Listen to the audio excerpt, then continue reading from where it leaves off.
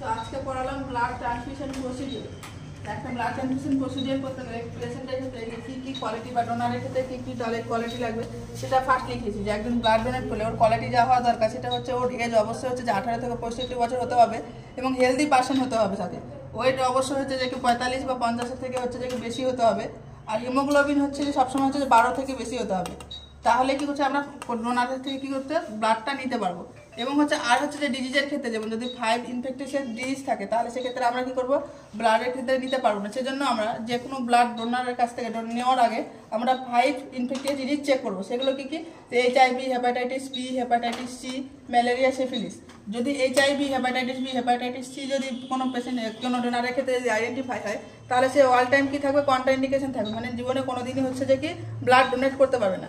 But যদি কোনো পেশেন্টের ক্ষেত্রে দেখা যায় যে কোনো ডোনারের ক্ষেত্রে দেখা যায় যে ম্যালেরিয়া বা সিফিলিস হয়েছে তাহলে তাদের ক্ষেত্রে কী হবে যে 5 বছরের মধ্যেও কিন্তু মধ্যে কোনো ব্লাড দিতে পারবে না। ওরা হচ্ছে যে 5 বছরের পর্যন্ত কি থাকবে যে কন্ট্রাইন্ডিকেশন থাকবে। তো এগুলো হচ্ছে যে কোয়ালিটি অফ ডোনার গেল। দেন হচ্ছে আর্টিকেলস। আমরা একটা ব্লাড ট্রান্সফিউশন করলে কী কী আর্টিকেলস লাগবে? তো আইভি ক্যানোলাসের সময় যা আর্টিকেল লাগে সব লাগবে। তার সাথে কী হচ্ছে যে আমাদেরকে ওখানে যেমন আইভি সেট লাগছে এখানে হচ্ছে বিটি সেট লাগছে। বিটি সেটে কী থাকছে? আইভি সেট আর বিটি সেটের মধ্যে একটাই ডিফারেন্স থাকে, যেটা হচ্ছে বিটি সেটের ক্ষেত্রে ইনলাইন ফিল্টার থাকে, যেটা কী করে যে প্রিভেন্ট করে যে বাইরে থেকে কোনো ফরেন বডি আসলে সেটাকে হচ্ছে যে প্রিভেন্ট করে। আর একটা যেটা হচ্ছে বিটি সেট কী করতে হবে এভরি ইউনিটে যতটা ইউনিট হচ্ছে ব্লাড দেবো প্রত্যেক ইউনিটে কী করতে হবে চেঞ্জ করতে হবে। এখানে যেটা ইউজ করা হয় সেটা হচ্ছে যে ম্যাক্রো ড্রিপ ইউজ করা হয়। এখানে 1 ml এর মধ্যে হচ্ছে কী হচ্ছে যে 10 থেকে হচ্ছে 20 ড্রপ হচ্ছে পার ml হচ্ছে কী হচ্ছে যে ড্রপ ফ্যাক্টর হচ্ছে। দেন হচ্ছে ইনলাইন ফিল্টার। ইনলাইন ফিল্টারটা কী করছে যেখানে একটা চেম্বার থাকে যেটা কী করছে আমরা মার্ফি চেম্বারের নামে হচ্ছে জানি। এবার হচ্ছে যখন ব্লাড ট্রান্সফিউশন করবো সেখানে কত নাম্বার ক্যানুলা লাগবে সেখানে হচ্ছে আইভি ক্যানুলা যেটা থাকে সেটা হচ্ছে 18 গেজে থাকে, যেটা গ্রিন কালারে থাকে। তারপরে হচ্ছে বিটি স্ট্যান্ডার্ড হাইট, যে ব্লাড ট্রান্সফিউশন করবো সেখানে হচ্ছে যে বিটি স্ট্যান্ড থাকে সেখানে হাইটটা অবশ্যই হচ্ছে যে 18 থেকে 24 ইঞ্চের রাখতে হবে।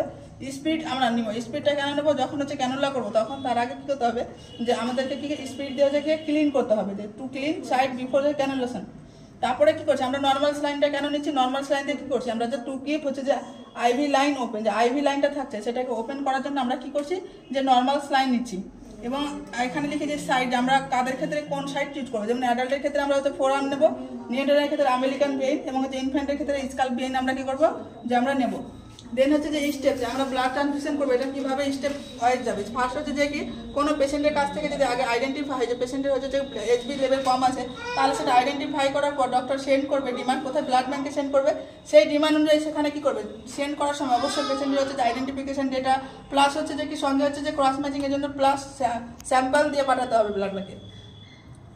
তারপরে হচ্ছে যে কি ওখান থেকে হচ্ছে ব্লাড রিলিজ হওয়ার পর কী করতে হবে 30 মিনিটের মধ্যে নার্সকে কী করতে হবে ট্রান্সফিউশন করতে হবে। এবং হচ্ছে সেটা কী করবে তার আগে হচ্ছে অবশ্যই জেনে কী করতে হবে হচ্ছে যে কি রেজিস্টার নার্সকে কী করতে হবে ব্লাড এবং ব্লাড প্যাকেটের চেক করতে হবে। চেকের মধ্যে কী কী চেক করবে সেখানে হচ্ছে যে আইডেন্টিফিকেশন ডেটা যা আছে ডিটেলস চেক করবে, blood grouping, expiry date, collection date সব কী করতে হবে যে চেক করতে হবে, টিউব নাম্বার। দেন হচ্ছে যে পেশেন্টের কী করতে হবে যে দেওয়ার আগের মুহূর্তে পেশেন্টের কী করতে হবে before hang the blood of IV standard nurse check করে ভাইটাল সাইন চেক করবে। ভাইটাল সাইন্সের মধ্যে কী কী চেক করবে পেশেন্টের যে অবশ্যই হচ্ছে যে নেম, এজ, রেজিস্ট্রেশন নাম্বার সব করবে, আইডেন্টিফিকেশন চেক করছে। দেন হচ্ছে ভাইটাল সাইন্সের মধ্যে হচ্ছে temperature, pulse, respiration, BP, SPT হচ্ছে যে চেক করতে হবে। তারপরে কী করবে যে আফটার হচ্ছে যে দেখা যায় কোনো পেশেন্টের ক্ষেত্রে কোনো প্রবলেমের জন্য কী হচ্ছে যে after delay hang of blood on IV standard যে কোনো একটু সময় লাগবে চালাতে, সেক্ষেত্রে কী করতে হবে উইথ ডকুমেন্ট ব্লাড ব্যাঙ্কে আবার কী করতে হবে ব্লাডটা সেন্ড করে দিতে হবে। কারণ জন্য নর্মাল যেরকম টেম্পারেচার 1 to 6 ডিগ্রি সেলসিয়াস এরকম রাখে সেই টেম্পারেচার থাকে। এবার দেখা গেল কোনো পেশেন্টের ক্ষেত্রে ভাইটাল সাইন চেক করার পর দেখা গেল টেম্পারেচার বেশি আছে এবং তার ক্ষেত্রে যদি ডক্টর কী করে যে প্রেসক্রাইব করে পিসিএম, মোরালি পিসিএম যদি অ্যাডভাইস করে তাহলে সেই সময় আমাদের কী করতে হবে ব্লাড ট্রান্সফিউশনটাকে হোল্ড করে রাখতে বা ডিলে করতে হবে, 30 থেকে 60 মিনিট ডিলে করতে হবে। আর যদি সেক্ষেত্রে যে আইভিএফ মানে হচ্ছে যে ইন্টারভেনাস যদি পিসিএম দিই তাহলে সেক্ষেত্রে আমরা কী করবো বিটিটা হচ্ছে হোল্ড করে রাখবো 5 থেকে 7 মিনিট হোল্ড করে রাখতে হবে। এবং হচ্ছে যে যখন ব্লাড চালাবে সেই মুহূর্তে যেমন বললাম যে পেশেন্টের ডিটেলস প্লাস ভাইটাল সাইন তার সঙ্গে যেগুলো নোট করতে হবে সেগুলো হচ্ছে যে ব্লাড নাম্বার থাকছে সেখানে ইউনিট নাম্বার থাকবে, tube number plus date of collection date, expiry date, blood group, types of ব্লাডের ট্রান্সফিউশন, স্টার্টিং টাইম উইথ হচ্ছে document, date and time with হচ্ছে গিয়ে দিচ্ছে সেটা হচ্ছে যে কি সাইন লাগবে। এবং যখন ইন্ডিং টাইম যখন ব্লাড ট্রান্সফিউশন শেষ হবে সেই মুহূর্তে হচ্ছে যে কি ডেট, টাইম এবং হচ্ছে তার সিগনেচার লাগবে। আজকে